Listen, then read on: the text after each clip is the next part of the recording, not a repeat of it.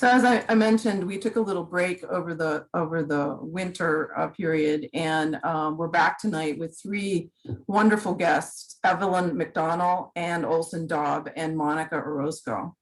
We'll get into a little bit more about what they do in life as we know it, and talk about their art. So it's really amazing to be able to do this. I just wanted to share with you some of the art that we have out on the street. This was one of the first early dot boxes that we painted, and this artist is Mickey Yokomama, and it's at First and Swinford. It's very detailed, and it seems to so far have stood up to not being tagged yet. This is Julie Bender. I don't know, some of you might know Julie's work. She's a mosaic artist and did mosaic walls in and around San Pedro. That's just really incredible detailed work. It's vibrant and really beautiful. She's also did a lot of work at Sirens. She used to have a studio there. And this is Adrian Wade. She's done a number of these DFQ boxes, and this is at 7th and Pacific. This is the second one that she did. So we're really happy that we get to show off her art the way we do.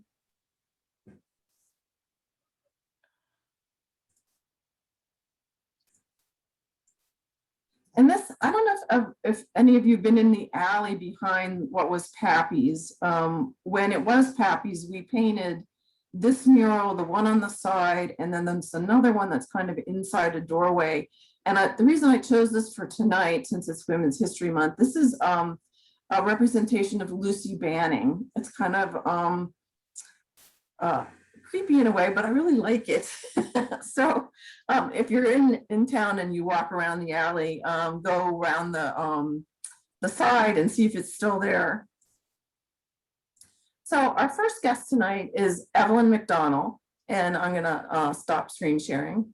Evelyn is written a number of books, and the one that she's going to talk about tonight is called, I have to stop screen sharing.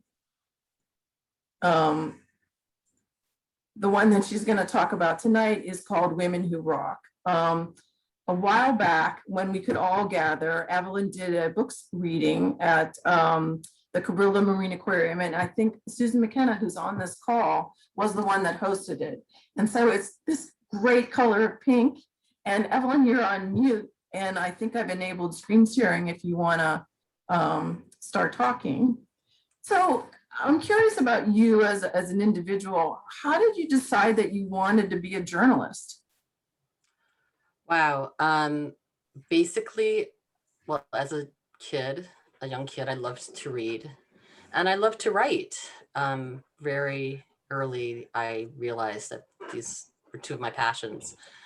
And so honestly, it was just, when I had to start thinking about how I was going to make a living, which I guess was as I was preparing for college, I didn't really have, even though I grew up in a college environment, it was a small town, I didn't really have role models of poets or novelists or other people making a living doing creative writing, but I knew people could make a living doing journalism.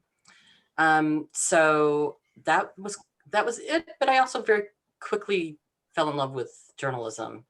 And I mean, I started doing it in high school. I was editor of my high school paper. So I've had a pretty clear path, unlike some people. So in your formative years, what was your favorite book? Which formative years? Younger. I was actually, I was like a big, Lion, Witch in the Wardrobe fan as a child. And then Grapes of Wrath, Steinbeck. And of course, Steinbeck being both a journalist and a novelist. And also writing about California, which was where I was born, but not where I grew up. So I also liked to identify back with my roots, which I have now returned to. You have some things that you're going to show us tonight, or you're going to talk about tonight, and this is from the book? Yeah, I'm going to talk about the book and some other work that I've done, and why I edited this book, created this book, and my general topic. I have a little sort of speech presentation with slides. And then be happy to answer more questions. This is not your first book, right? You've done other books before this one. Yeah, this is, I think, my 7th book that I've written or edited. Wow, that's incredible. Yeah, I've been very fortunate, definitely. I really, all with different publishers, but I've always managed to find a publisher, so so that's good. Yeah, and a lot of them have been about women in music, but some other topics as well. So, but that's definitely been my core area of interest and expertise. So should I start? Yeah. Okay. Well, first I want to thank you, Linda and Cheryl, and the San Pedro Waterfront Arts District for putting together this event and keeping the spirit of Art Walk and First Thursdays alive. One of my favorite things about San Pedro is the Arts Walk. And Yeah, I miss just standing on a corner and seeing everybody you know without moving. I know, and I see so many people here that, you know, I would run into on the streets or go visit their galleries, or so it's nice to virtually bump into people. I can't wait till we can do it again. I wish I were a lobster. I'm working on it. Yeah. I think, you know, I think we'll get there sooner than later. But yeah, I wish we were all like, you know, eating at Senfuku's or eating lobster rolls from the lobster truck, or hanging out at Ray and Arnie's, drinking wine. Hugging. Yes, yeah. Those days will come. Yes, they will. So thank you guys for putting this together and for hosting. You're so welcome. I'm excited to be on the panel with Anne and Monica as well. So, and I've known for years, I love her work, and Monica, I've just discovered, and your work is incredible. So I'm looking forward to seeing what you guys are presenting. And thank you everybody for being here. So I do have a little slideshow, so maybe I'll start with that and some comments with it. If I can get this to work. Okay, where did my slideshow go? There it is, but it's not. Let me try it again. There it is. Okay. Play from start. All right. So I'm so happy to be here and with you all and to be celebrating Women's History Month. But like many of us, I'm sure, I also have mixed feelings about the concept of Women's History Month, right? Because of course, half of the planet should get more than 1/12 of the year. But the fact is we don't. Women, like people of color, get disproportionately shut out of, you know, of all kinds of history books, of museums, of archives. So we have to take advantage of this period of time to, you know, and shout every second of the month the incredible achievements of women in history, of women artists, of women musicians. And we also have to keep shouting after, you know, when it's April 1st, until we have more than Women's History Month. We have Women's History Year, decade, century, millennium, until it doesn't even matter, because it's just part of the atmosphere.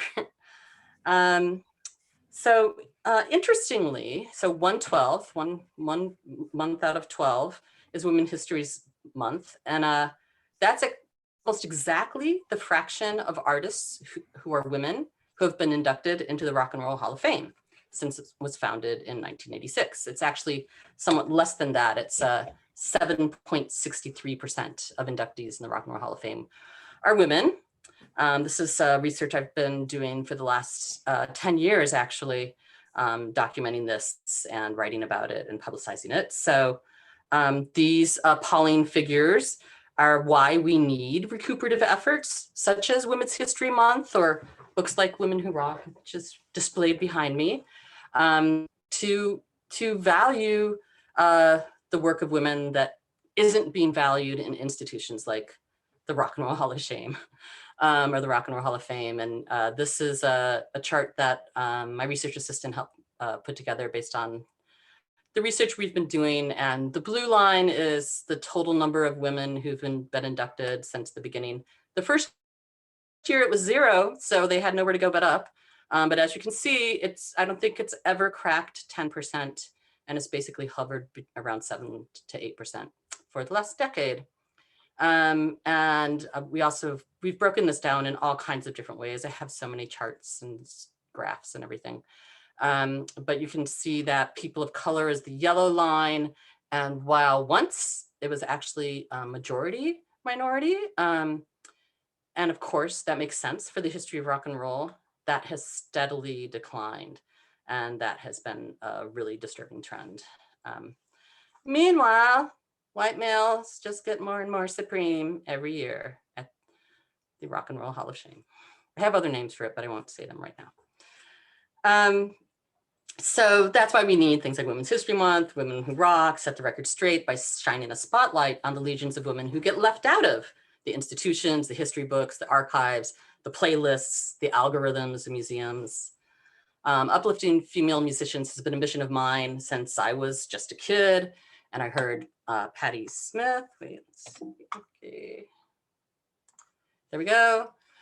This is artwork from the book by Ann Munches, and I'll talk about that a little bit more.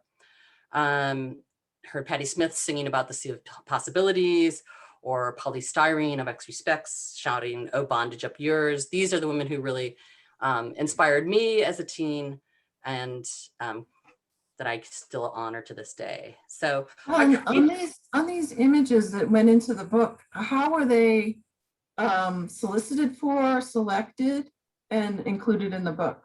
So I worked with the editor at the publishing house, which is Black Dog and Leventhal, and they are book packagers. They do a lot of these very design heavy art books. And together we came up with a list of 7 illustrators, 6 or 7. 7, but one was Grace Slick, who gave us a self-portrait.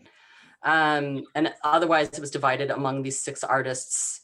And actually the editor sort of chose who was gonna draw what, basically looking for a variety of artwork yeah. So this is, as you'll see, like there's a lot of this woman, Ann Munches. I really love her contributions to the book. I love them all, but and there's another Winnie T. Frick that you'll see. There's so yeah, and there's the writer. So it's all women illustrators and it's all women writers for the book. And that was, part of it was us celebrating each other.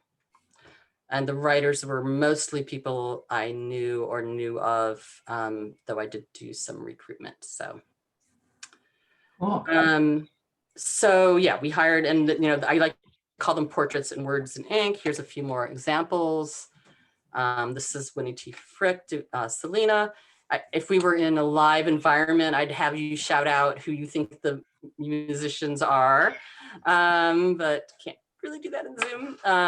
But this is Mavis Staples with I don't know if you can see the black power fist in her hair. Oh, that's awesome. No, I didn't notice that. Wow. Yeah, very cool. I know that Cheryl is a big Mavis fan. And Sister Rosetta Tharpe, the gospel great who really invented the electric rock guitar sound in the 40s. Björk. This is one of my favorite artists and one of my favorite artworks of her. So Liz Phair, also you can tell I really like Winnie T. Frick's work also. Yeah, she's great. Yeah, and then Nicki Minaj by Lindsay Bailey. So you can see they span a variety of genres and eras. And we took rock as a verb, not a noun, not a genre, but an action. So, and I talk about that in the book. So, and by the way, if you want to buy this book, as Linda said, it is available at the Cabrillo gift shop as well as the corner store, and the gift shop next to the corner store that's sometimes open. So you can buy it locally if you're here in San Pedro. You can also buy it on Amazon. But anyways, little plug there. We posted the link to Amazon. Yeah. Yeah, it'd be better if you could frequent a local merchant. Yeah, it's that, support your independent bookstore, or independent gift shop, or corner store. But I also want to say that, it's great to celebrate women and celebrate women's history. But we also have to continually point out the way that we are systematically disenfranchised, ignored, abused, silenced in a male-dominated society by its institutions. So we can't stop with the sort of identified, dedicated history months. We need to be heard every month. And that's why for 10 years I've been doing this work on the Rock and Roll Hall of Fame, documenting its gender record and taking up this call for them to make change, and which has been taken up by a lot of people in social media. And actually this year, just last month, just a few weeks ago, it seems that the Rock Hall finally got the message.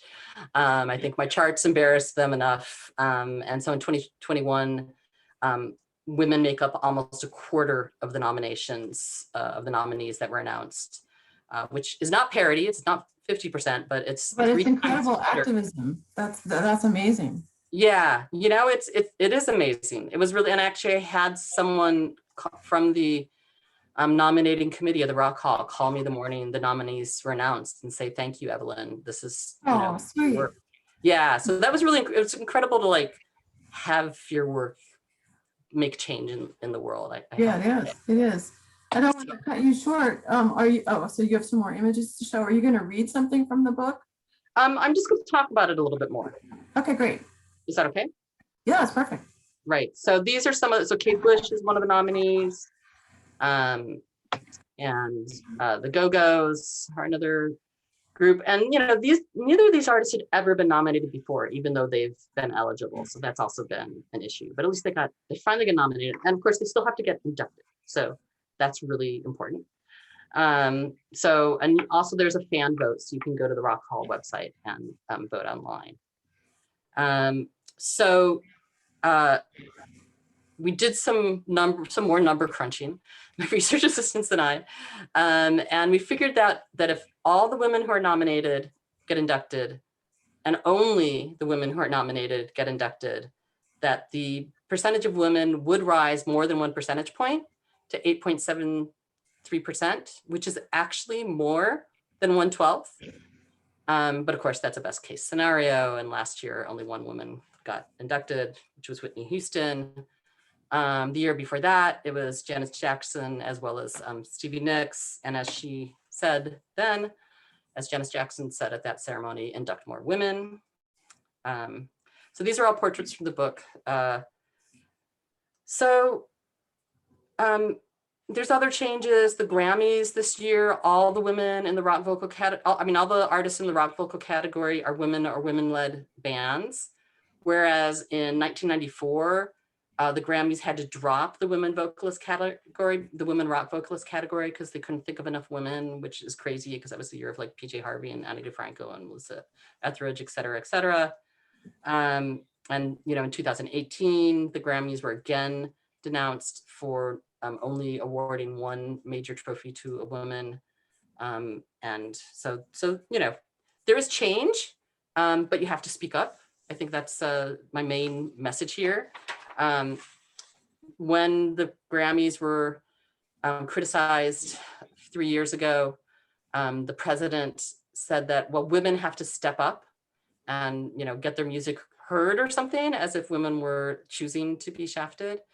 And I think that what's happened is that women have spoken up, and hopefully these institutions are listening, and these aren't just token changes or changes for 1 year or 1 month, but are permanent changes.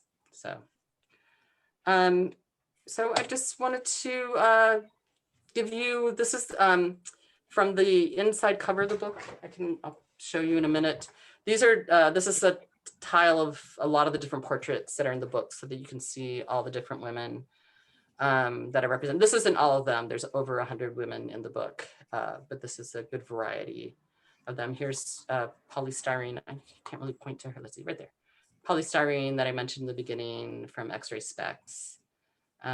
So I hope that, in March, we celebrate history, we celebrate her story, we celebrate our stories.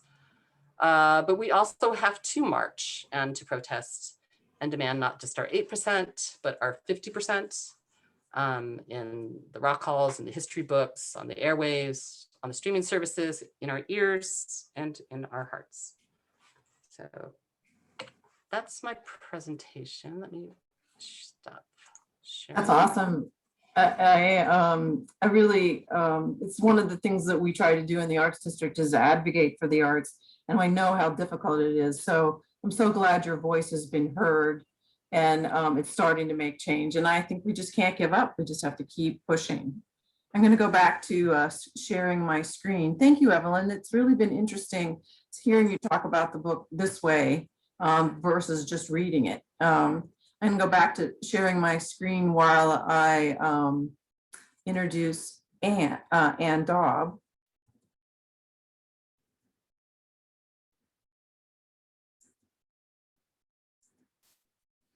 Ann Olsen Dobb is our next guest. Ann and Jean were honorees at when we used to gather when we had a soiree one summer. I think we have photographs by Stephen Levy of that evening. It was really a nice afternoon. Ann, are you here? I'm here. Oh, great. Well, good to see you. You too. Thank you. So you and Jean live in this really wonderful loft warehouse building that you moved here how long ago? It's been 20 years. Wow. And why did you come to San Pedro to begin with? Well, Jean and I got together about a year and a half before that, and we looked around. I lived in Burbank at the time, and we looked around Burbank. We looked at Oakland because he lived up north. We looked all over, but we did have some good friends that lived here who are all gone now. And we were fortunate enough to find this warehouse that we live in. And it had been for sale, and so we could afford it, and so we bought it. And we were just kind of lucky, I guess, because there were other people trying to get it. Just never worked out for anybody but us. So we've made it our home and studio and enjoyed it. Block with treasures and Yeah. little altars everywhere, which I started doing too, like some flowers and a picture. And, you know, it's just a really a great environment of two people that have an eye for what's really wonderful. And It's been challenging though. It's been challenging to put together, especially in the living space, to where it's kind of like a big assemblage to me. So that's why I say that, to make it look like there's rooms and you just don't walk in and go, you know, so it's sometimes it's like that. But so it's been challenging, especially it makes me appreciate interior decorators when, you know, they intuitively know from education and stuff like that how things go. But anyway, it's worked out. It's taken me a long time. I still paint, move stuff, but that's okay. yeah, I think that's great. It's a really warm space. The kitchen particularly is a great space. And the sound you might hear in the background is Henry. What Henry's nickname is, the most fabulous cat, incredible cat. You told me. I used to joke that he's the most interesting cat in the world. He's 22. We've had him since we've been here. Wow. So you have some images that you're going to share with us? I do.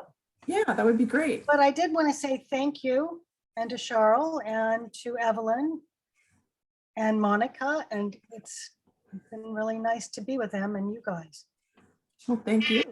So I'm going to share this. Oops, let's see how we do this. Are we there? Yes, we are.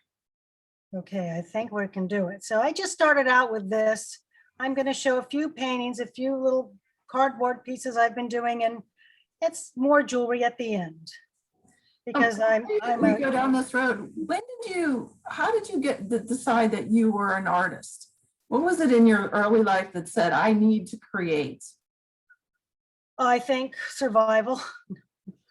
I joke about that, but it's been something, like Evelyn said, you know, it's just been, as a kid, I hate to say that, but I've always been making things, just doll clothes, troll clothes, stained glass. I got a sewing machine when I was a young girl. My dad bought me one of those amazing little oil paint kits, and it was just something that I did. Then earlier in your career, you worked for Mattel, right? I did. I have a background in art from junior college in Fresno, and then on to Otis for fashion design. Oh, awesome. Awesome. Yeah, I figured, like Evelyn said, I could make a living in fashion design, and I wasn't sure I could in painting. And I had a 7-year-old girl at the time when we both moved down here. So it was like, we'll just do that. And then I was in fashion for, a couple, 3 years, because I started a little late in school. So it was a couple, 3 years in downtown LA.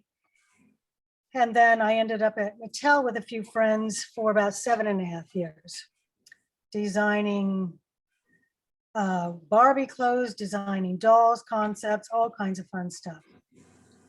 Awesome. And it was a really interesting career. I learned a lot about a lot of things. Yeah. A lot of new materials to work with. It's just like an amazing amount of materials there to play with. It's Yeah. incredible.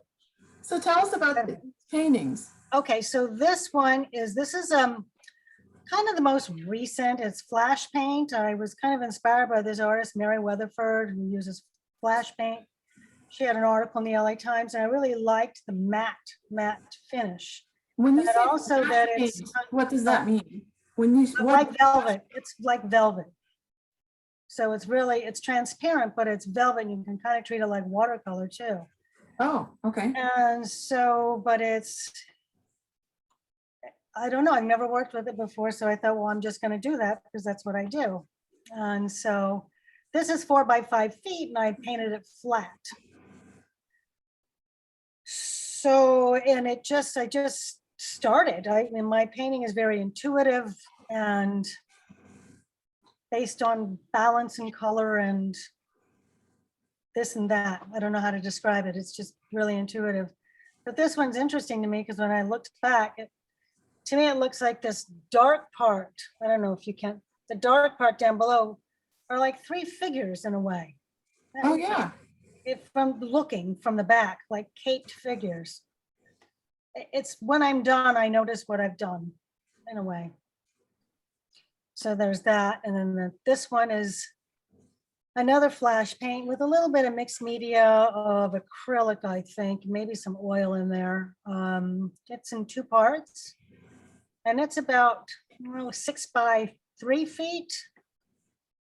So it's a little color. Really big. In 2 pieces. It's 2 pieces, but they go together Oh, because I had 2 canvases and I painted them on the wall together. Uh-huh. So that's how that happens.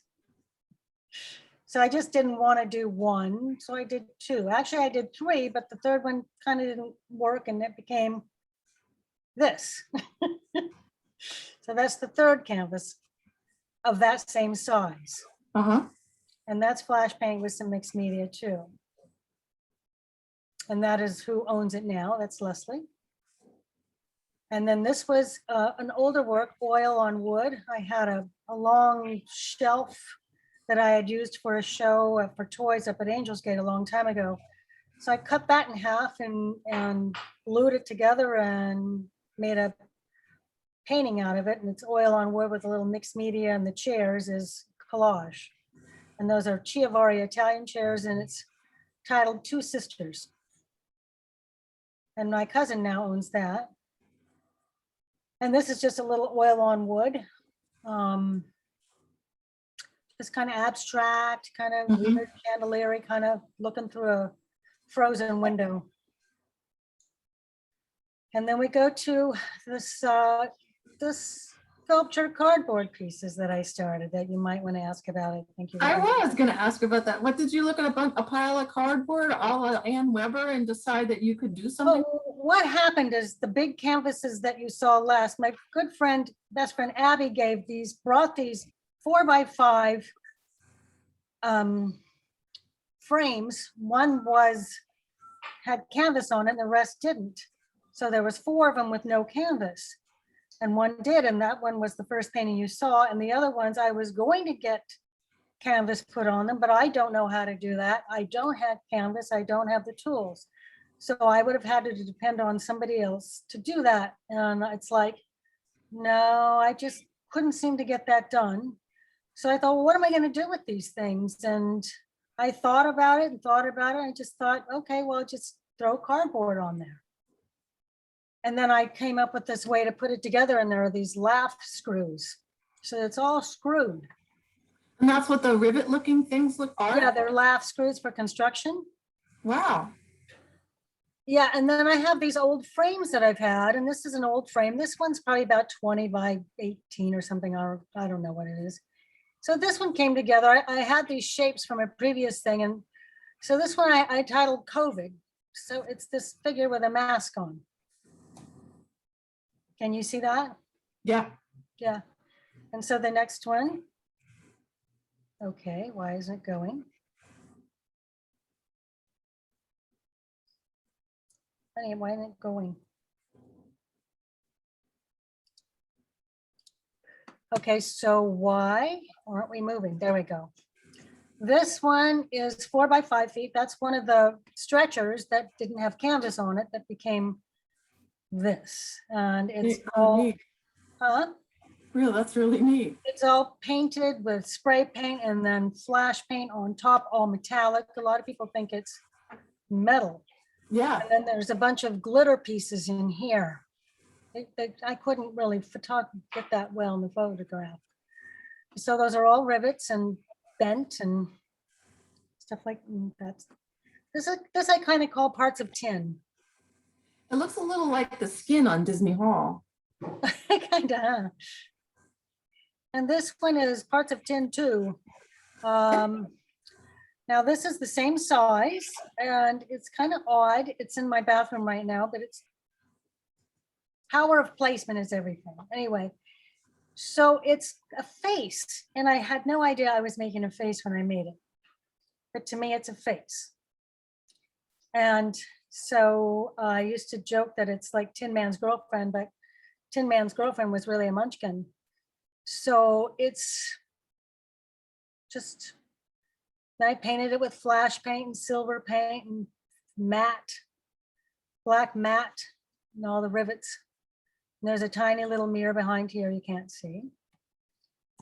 And then we have this one. This is a frame that's like 100 years old from the Academy of Art College in Pennsylvania that our friend Tom Van Sant gave us. And it's like it had a portrait in it, an oil portrait of some baron, probably something like that. Right. And so now I just kind of made a very simple portrait, but without a portrait. I like how the shadow makes another pattern on the piece. Right. It's all, yeah, thank you. And it's the light that does that.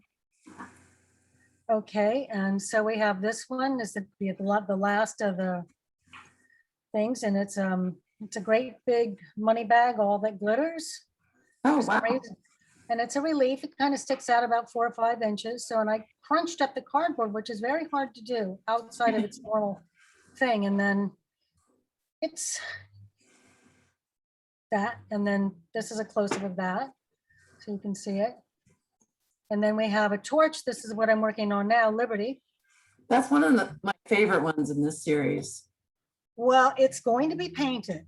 And it's going to be this golden kind of sunflower, that dark golden orangey yellow with metallic, sheer gold metallic on it, I think.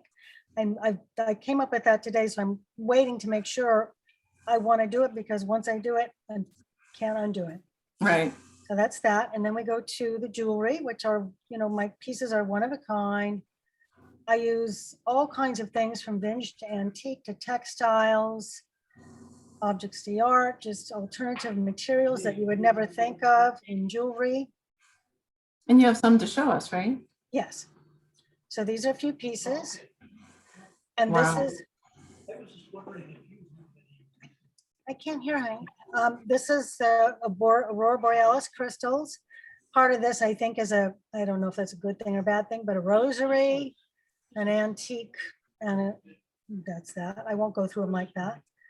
Simple, and then this one's about 3 chains. The heavy side is about 3 different necklaces layered. And this one is something, you know, you can, Wow.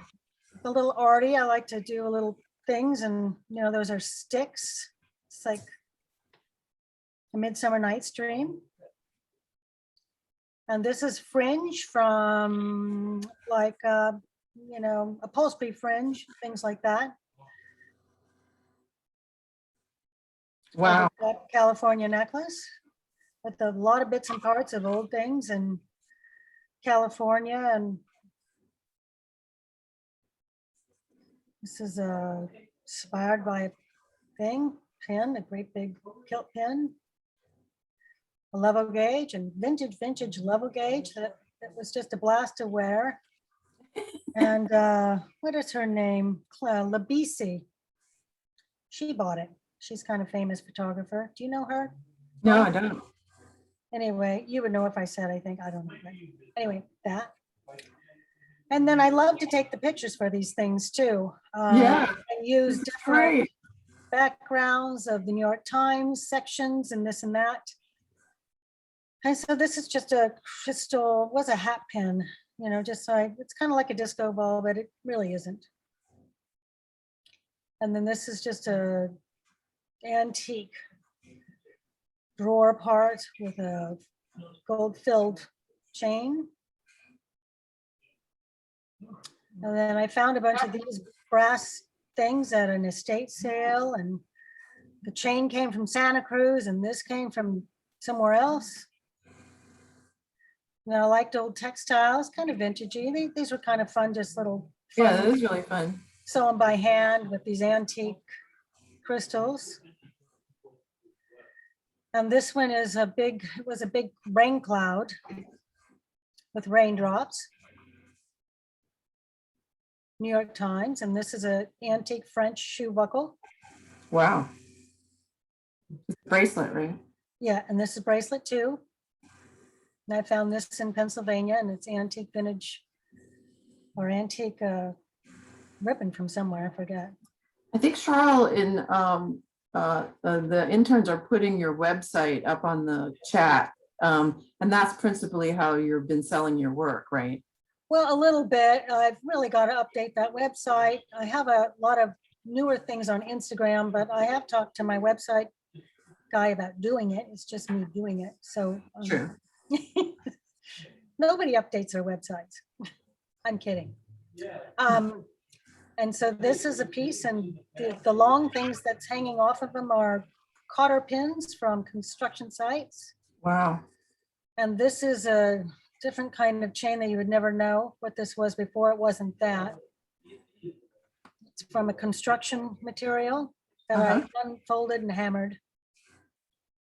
And this too. Wow. And these are beautiful, actually, wing nuts. Yeah. Beautiful bronzy ones, old ones. And these were commissions. This was my cousin commissioned me for a lapel clip for her husband's jacket. Nice. So, and this one here wasn't really commissioned, but my aunt had died and I made some kind of a necklace out of like her gold earring and her gold butterfly, and it just kind of hangs with these other vintage flowers in between. So it's really kind of fun to make pieces for people out of all their stuff that's sit in a drawer. Like this one is for Rosanna. She brought me all kinds of stuff and I made her this bracelet out of it. Oh, that's good to know. So if you have stuff that's just sitting around, it can become one thing that you could actually wear. Oh, that's really And fun.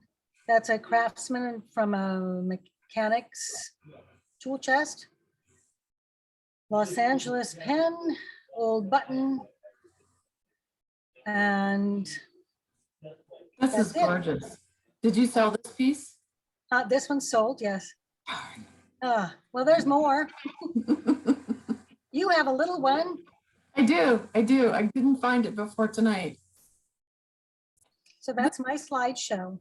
Your work is amazing, and thank you so much for sharing it all. Well, thank you for having me. I was happy to do that. It's great to do that. Yeah, well, great to see you. So I'm gonna go back to sharing my screen again, Okay. and hang Thank on. We'll may have time to come back to you guys at the end. Well, thank you so much, Linda. Well, thank you for doing this. It's really been wonderful. I know that sometimes this makes people nervous, but it's really nice to be able to present people your work because it is very unusual and extraordinary. So thank you. Thank you. So I just wanted to make a little plug here for the Arts District. You know, we're a nonprofit, and if you like what we're doing here, and you'd like to donate, you can go to our website. If you're looking for something to do, we made some jigsaw puzzles. They're not too hard. It's about 150 pieces, and you can buy them at Sirens, Java and Tea, Crafted, or the Corner Store, or go on our website and order them as a donation, and we'll mail them to you. Or you can come by and pick them up, whichever you prefer to do. So our next guest is Monica Orozco. Monica is an amazing photographer. I'm going to stop screen sharing. We've never actually met in person. I met your work when I was president of the Palos Verdes Art Center board. And last year at this time that we were doing an exhibit of your work based on the Women's March. Yes. And then that became a virtual presentation as well. And I really wanted to come back around, and someday I'm going to meet you actually in person, but have you tonight and talk about your work. So are you going to start with the Women's March photographs, the suffrage?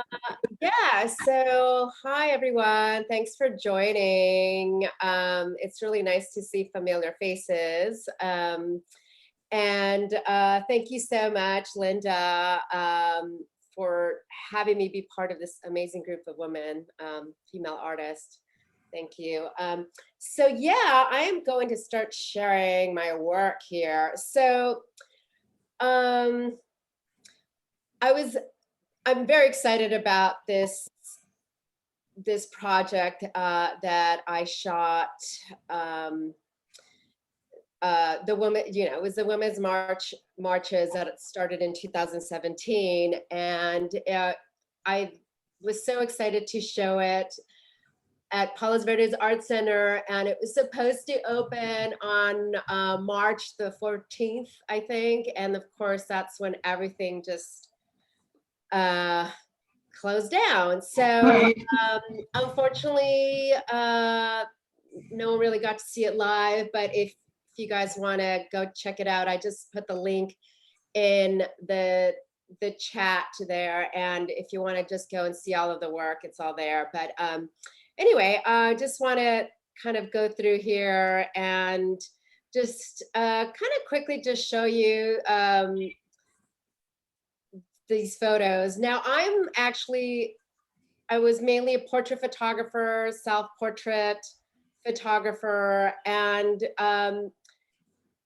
there is something about that day in January of 2017 where the Women's March just, well, I don't know, I'm sure you all kind of felt the same way. It just felt so historic to me. And as a photographer, I really had this amazing kind of just, I felt like I had to be there to document what was happening. And so I'm just gonna go through some of these photos.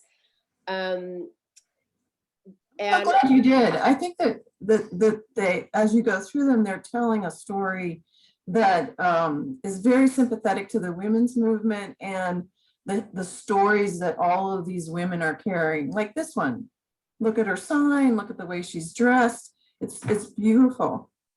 And I feel like also it's just such a wonderful portrait of LA as well. And just the wonderful women and people that live here too. And yeah, it was just very special. And then, so again, this is just like a couple of photos that I shot on that day. Oh, I'm sorry, from 2017 through 2020. So yeah, it was just a great time. And this exhibit was curated by Gail Finney at the Palos Verdes Art Center, and she just did such an amazing job with putting this together, as you know, just kind of showing I don't know, just like the energy and just reaching out to the Palos Verdes Library District. yes, yeah. So this is some of the exhibit was there as well. And I thank you for reminding me about Gail. I think this is phenomenal work that she did. And I'm so happy that we got to know each other through this as well. yeah, I love Gail. So she's just amazing. So so she did an amazing job. This exhibit was at Palos Verdes Art Center, and then you could see more of the work on that link. Here's just some other shots that weren't part of the exhibit that I really like. Obviously. That we couldn't really show at Palos Verdes. So I feel like the other shots are a little bit more vanilla, but there was just like, you know, these are some of the ones that I just really connected with. Yeah, I mean, look at this. Like, you don't even have to say anything, and you kind of know what's going on here. So yeah, these are just some that weren't part of the exhibit, but again, just some favorite shots. And so then that kind of brings me to you know, the Black Lives Matter, which was a very interesting time because of the lockdown. I think it was an interesting, I don't know, interesting thing to kind of be a photographer and be like, oh my God, what do I do? Like, I really shouldn't be out there shooting with all these people. But it just felt like it was so, that I needed to be there as a visual teller. And I just know the impact of. And it was really a service to the rest of us who couldn't be there. There were a number of photographers that I know that were so, just like you are, they're so compelled that they had to go out and document the event. And so yeah, I just couldn't stop myself. the rest of us were stuck at home. And so, you know, I went around, you know, different parts of LA, you know, downtown LA, West Hollywood, you know, then I was in like Boyle Heights. So it was it was really cool to just kind of get capture different parts of the city. Yeah, it was just great. This is also in Boyle Heights. This is during what was going to be the Pride Parade, but of course they actually did this on Hollywood Boulevard in Hollywood, where they kind of combined both the Pride and the Black Lives Matter. And painting the street, which was amazing. Yeah, yeah. And then this is in Pasadena. So yeah, and this is just like, you know, these kind of like random, you know, like these kind of, I don't know, for a while there, it was like every day people were just protesting. And so there'd be like these clusters of people just kind of all around the city. And this is in Los Feliz, right by Griffith Park. It's in Pasadena. This one was the shot Wow. that I'm just like, I am so happy Wow. that I was there for this. One of my most favorite shots. It still makes me want to cry because it was so powerful and emotional, and I felt like we were all one. And I think that's what's so amazing about these marches and these protests, is that you feel like you're one, and the solidarity is very powerful. So now I'm just gonna kind of transition into some of the work that people know me by, which is my self-portraits. And I'm showing this one because this one was the first self-portrait I shot that kind of launched a self-portrait series that was shot every day for 5 years. And so I have to thank my friend Denise, who's actually here with us online. We worked at Boeing together, and I felt like I needed something creative in my life. And she suggested to do a photo a day with her. And I started to do that. And this is something that was like a very kind of casual, like use your phone and just post a photo every day with a particular, we would get a prompt, a theme every day. And this one I was probably like maybe 6 weeks into shooting photo a day. And the theme of the day was something you don't know about me. And this is when I was like, oh my God, I totally want to take a photo of myself with my accordion. And so this is when I shot with my DSLR and shot this. And so the caption was, something you don't know about me, I play a mean polka. So, and that just, what was so great, of course, and the part of photo a day is that you would post on social media. So it was really fun to get the reaction of friends and comments. And I really got off on that. It was really fun. And so as I was shooting photo a day, I also felt like I learned so much from it because, at some point I got bored of the kind of the same prompts and themes that were given every day. And I started to ask friends for words. So this one was actually given by my friend Rollins, and he gave me the word brilliant. And I just somehow thought of Diane Arbus, who's an amazing female photographer. And I just thought, oh my God, her brilliant work. So, I could just be very lax with the theme, but that's what was so fun of it. So I then started really studying photographs during this period of some of my favorite photographers, masters of photography. Like this one was inspired by Cindy Sherman, and who is a kind of like #1 self-portrait photographer since like the 70s. And this one also is very special to me because this one showed at Palos Verdes Art Center as well. And I must thank the art center because they kind of launched me in that direction of wanting to exhibit and show my work. I wasn't really thinking of being an artist, and so it was really great to start kind of once you start seeing your work on the walls, it's just it's amazing, and just I don't know, it was just like a thrill, and it was great because at this point I had been shooting photo a day for several years, and it kind of pushed me to kind of create better work, I like to say, or more challenging work. This one is a shot inspired by Mapplethorpe.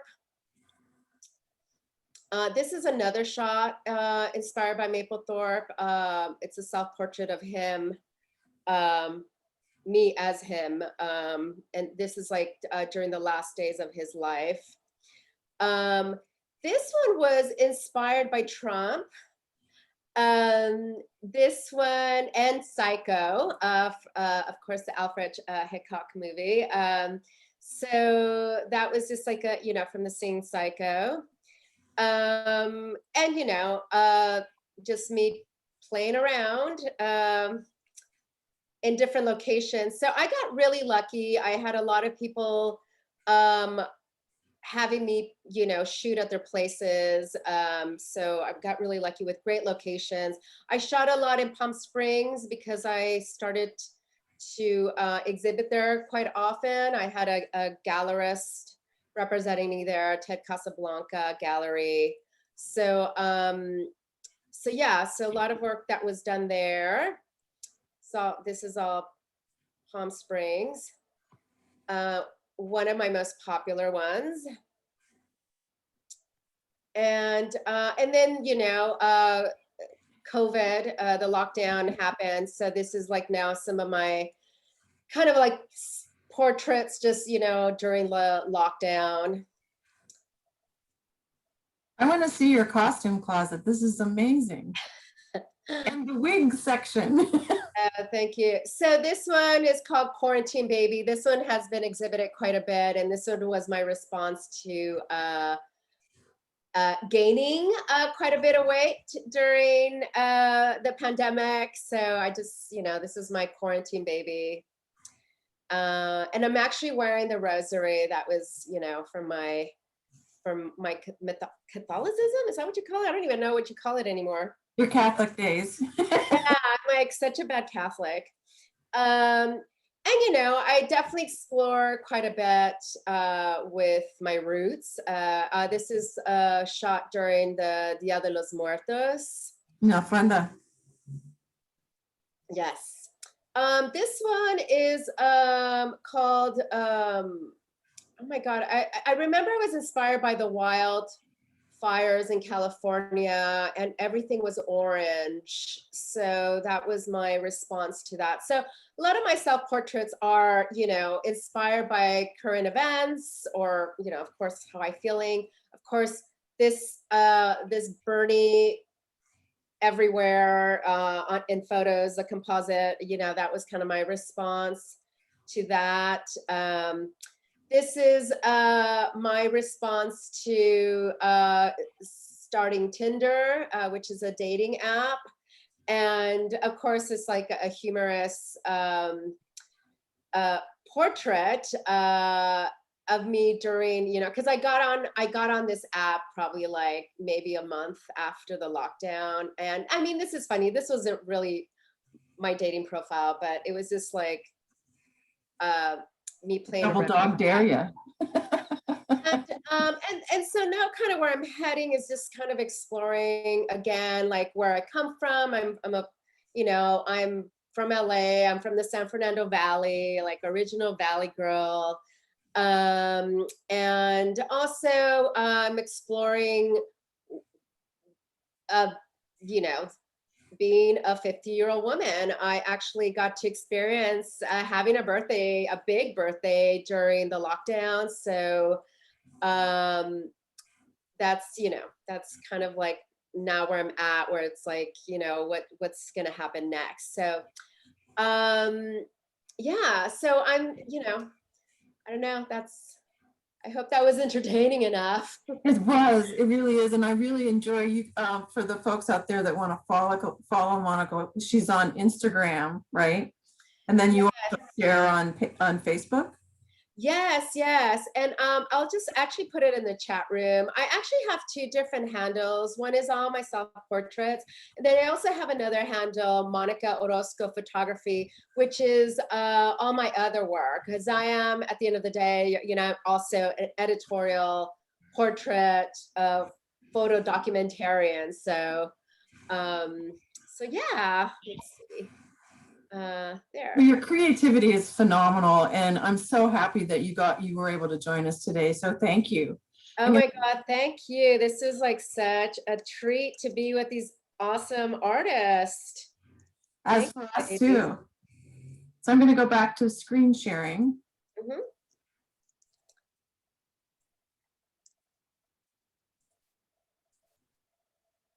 And I want to thank everybody for being here today, particularly our guests and the two interns, Salia, Tatiana, and a special shout out to Cheryl Holtzman, who is my wingman and is really, very, very helpful. And I appreciate all she does for us.